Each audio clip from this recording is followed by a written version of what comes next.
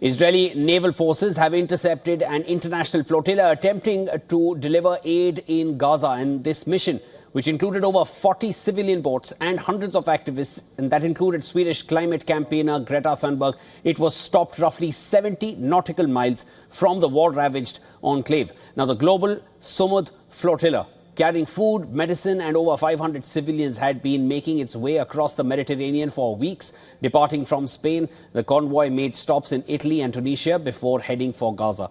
According to the activists, Israeli forces boarded the vessels in international waters, cut off communications and detained dozens.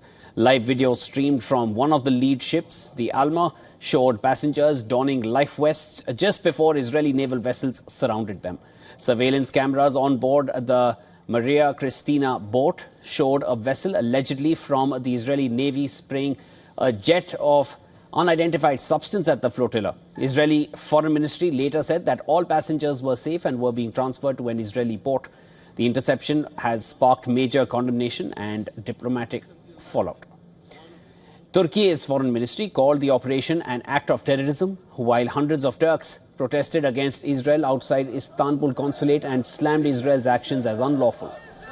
Accusing Israel of committing what it called a new international crime, Colombian President Gustavo Petro expelled all remaining Israeli diplomats in the country and reported that 2 Colombian activists on board the flotilla were in Israeli custody. The United Nations said that it was closely monitoring the flotilla as it neared waters off Gaza and urged all sides to respect international law. The interception of the flotilla comes amid Israel's warning to Gaza's population to flee or be considered enemy combatants as it expands military operations in the territory. So essentially, Israel has called everyone living in Gaza, if they don't evacuate, they've been deemed terrorists. And that gives Israel perhaps their own right to eliminate people. On Wednesday, Qatar's Emir discussed with US President Donald Trump his plan to end this war in a phone call.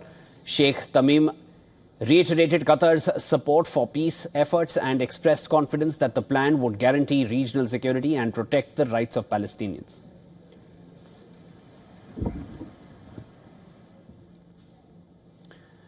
And for more on this, I was earlier joined by retired Colonel Daniel Davis from Sterling, Virginia. Colonel Davis is a military expert and a host of Daniel Davis Deep Dive on YouTube. Here's what he felt about what's in store for the peace deal that US has coined between Israel and Hamas. Listen in.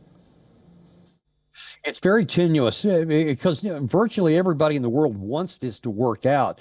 And one of the reasons why Qatar was behind it, because it says that they have security guarantees for the Palestinian people. It does not include expulsion, and it would immediately end the war. And they said those are the things that they care the most about. And a lot of these other details will have to be worked out. And of course, what's going to happen after the war, all those things are really, really important. And if you don't have a situation that actually addresses the core causes of the war, then you can have a ceasefire, and that would be helpful, but then it's not going to solve the problem, and it's going to continue to fester. So that's what they say is later, but I agree that the first thing needs to be ending the conflict right now. The problem is Israel continues to move forward with their defense minister, Israel Katz, gave a threat tonight that, listen, everybody in the north of Gaza has to leave, or they will all be considered enemy combatants and killed if they don't leave very quickly. And that does not seem like it's moving in the direction of peace.